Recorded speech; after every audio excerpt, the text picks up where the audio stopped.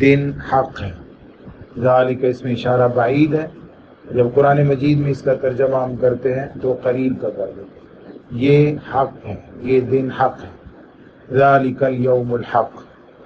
حا قاف قاف یہ بولا جاتا ہے کسی چیز کا کسی چیز کے مطابق اور موافق ہونا. اگر کوئی چیز کسی دوسری چیز کے بالکل مطابق اور موافق ہو گئی تو اسے کہتے ہیں حق ہو گیا، یعنی جس طرح اس کو ہونا چاہیے ویسے ہو جائے. اس معنی میں اللہ رب العزت کا نام بھی ہے الحق، یعنی ایسا موجد جو چیزوں کو اس طرح ایجاد فرماتا ہے کہ جس کے اندر پوری حکمت اور پورا فلسفہ موجود ہوتا ہے. اس کو ایسا ہی ہونا چاہیے، جس چیز کو جیسے بنایا ہے ویسے ہی ہونا چاہیے. تو جتنی چیزیں اللہ رب العزت نے بنائی ہیں، اللہ رب العزت نے ان کو اس انداز سے بنایا ہے کہ وہ ویسی ہی ہوں.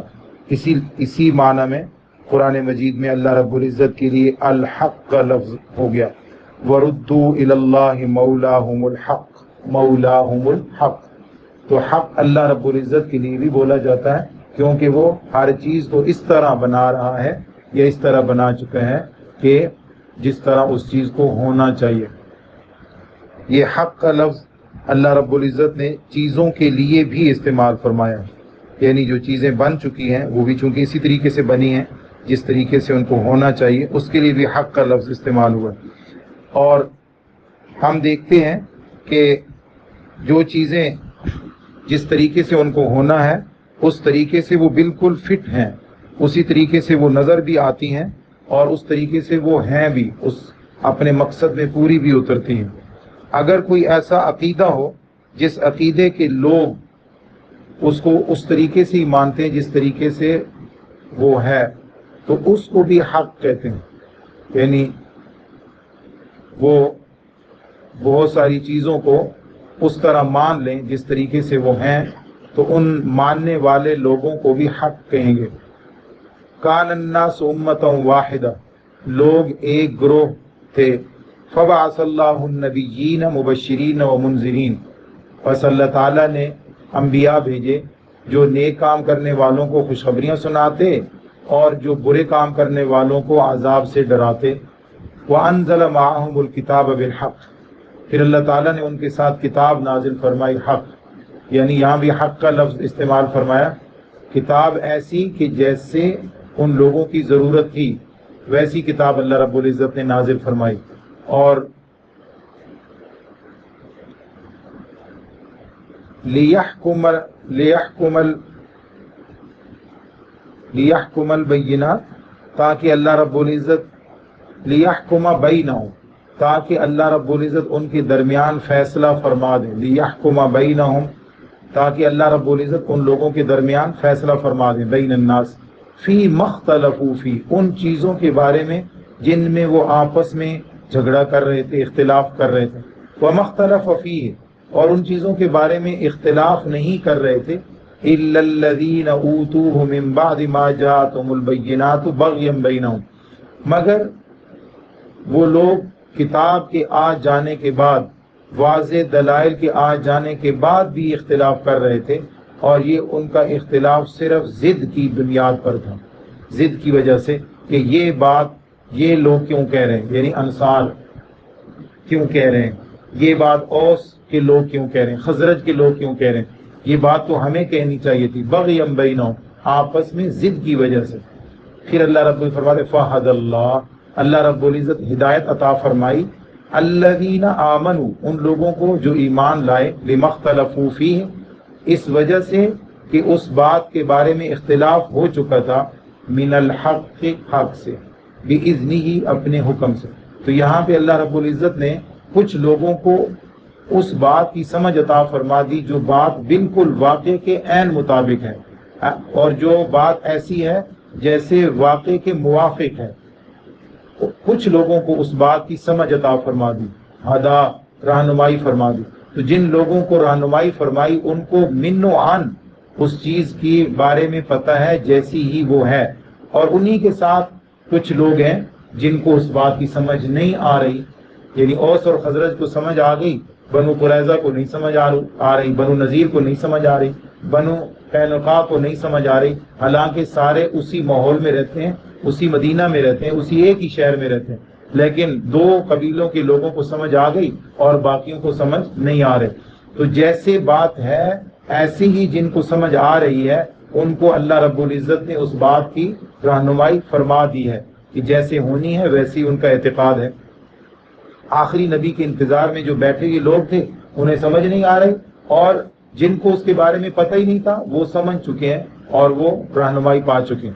تو گویا کہ حق کا لفظ اس معنی میں بھی استعمال ہوتا ہے کہ جیسے جو بات ہے ایسے ہی کسی کی سمجھ میں آ جائے، ایسے ہی کسی کو پتہ چل جائے، جیسے حق کے موافق ہو گیا، حق کے مطابق ہو گیا اس کا ذہن، اس کی سوچ، اس کا خیال حقیقت کے مطابق چلا گیا تو اس کو بھی حق کہتے ہیں۔ حق کا ایک اور معنی بھی ہے، یعنی ایک ایسا دن جس دن کے آنے کا بہت سارے لوگوں کو یقین ہے کہ ایسا ایک دن ہونا چاہیے تاکہ ظالموں کو ان کی سزا اور نیک لوگوں کو ان کی جزا اور بدلہ مل سکے، اس دن کو بھی حق کہتے ہیں۔ یعنی ایک دن ایسا ہونا چاہیے جو اہل حق کو، سچے لوگوں کو جنت میں بھیج سکے، اور ایک ایسا دن ہونا چاہیے جس دن اہل باطل کو دوزخ میں بھیجا جائے۔ تو جیسے کہتے ہیں نا کہ قیامت بتائے گی کہ وہ کیوں ہے، قیامت کا آنا کیوں ضروری ہے۔ قیامت ایسے لوگوں پر قائم ہوگی جو بہت برے، سب سے زیادہ برے ہوں گے، کیونکہ ان کی برائی کو ختم کرنا ضروری ہوگا۔ قرآن مجید میں اللہ رب العزت نے اس دن کے لیے بھی ایسے ہی الفاظ استعمال فرمائے ہیں کہ پتہ چلتا ہے کہ اس دن کا آنا چاہیے، اس دن کو ہونا چاہیے، یہ دن ہوگا تو تب انصاف قائم ہوگا۔ اذا وقعت الواقعہ لیس لوقعتها کاذبہ، جب وہ پیش آنے والا واقعہ پیش آ جائے گا۔ اذا وقعت الواقعہ لیس لوقعتها کاذبہ، جس کے وقوع میں کوئی جھٹلانے والا نہیں رہے گا۔ تو یہ حق ہو گیا نا، وہ دن کہ جس کا آنا چاہیے، جس کا آنا عقل کے موافق ہے، جس کا آنا ایک خرد آدمی، ایک عقل مند آدمی، ایک دانش مند آدمی کہتا ہے کہ ایسے دن کو آنا چاہیے۔ دوسری صورت میں اللہ رب العزت نے فرمایا الحاقۃ ما الحاقہ، ہو کر رہنے والی۔ یہ حاقہ بھی وہی حا قاف قاف روٹ ہے۔ ما الحاقہ، وہ ہونے والی کیا ہے، وما ادراک ما الحاقہ، اور آپ کو کیا پتا کہ وہ ہونے والی کیا ہے، یعنی وہی حق دن، جس دن کو ہونا چاہیے۔ تو اس کے لیے فرمایا ذالک الیوم الحق، یہ وہ دن ہے جو حق ہے، یہ اس دن فرمایا جائے گا جس دن قیامت قائم ہو چکی ہوگی۔ فمن شاء اتخذ، پس جو چاہتا ہے، اتخذ الی ربہ مآبا، وہ بنا لے اپنے رب کے پاس ٹھکانہ۔ مآب، حمزہ واو اور با اس کا روٹ ہے، حمزہ واو اور با، اور یہ اس کا مصدر مینی بھی ہو سکتا ہے، ٹھکانہ یعنی واپس آنے کی جگہ، واپس آنا مصدر مینی، واپس آنا، اور اس کا ظرف زمان بھی ہو سکتا ہے، واپس آنے کا وقت، اور اس کی ظرف مکان بھی ہو سکتا ہے، واپس آنے کی جگہ۔ واپس آنے کی جگہ یعنی رجوع کا لفظ بھی اس کے لیے بولا جاتا ہے نا، رجوع، لیکن رجوع میں حیوان اور غیر حیوان بے جان دونوں کے واپس آنے کو رجوع کہتے ہیں، لیکن مآب جو ہے وہ صرف اور صرف حیوان کے واپس آنے کو کہتے ہیں، اس لیے بہت مناسب لفظ یہاں استعمال کیا گیا مآب۔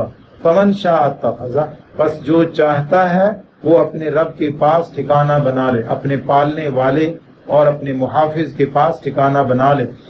دن بھی مقرر ہے اور آپ کا اعمال کو لکھا بھی جا رہا ہے، اور آپ کو پوری آزادی بھی حاصل ہے۔ اس آزادی کے بعد اللہ رب العزت نے وہ دن مقرر فرما رکھا ہے جس دن آزادی ختم ہو جائے گی اور حساب کتاب ہوگا۔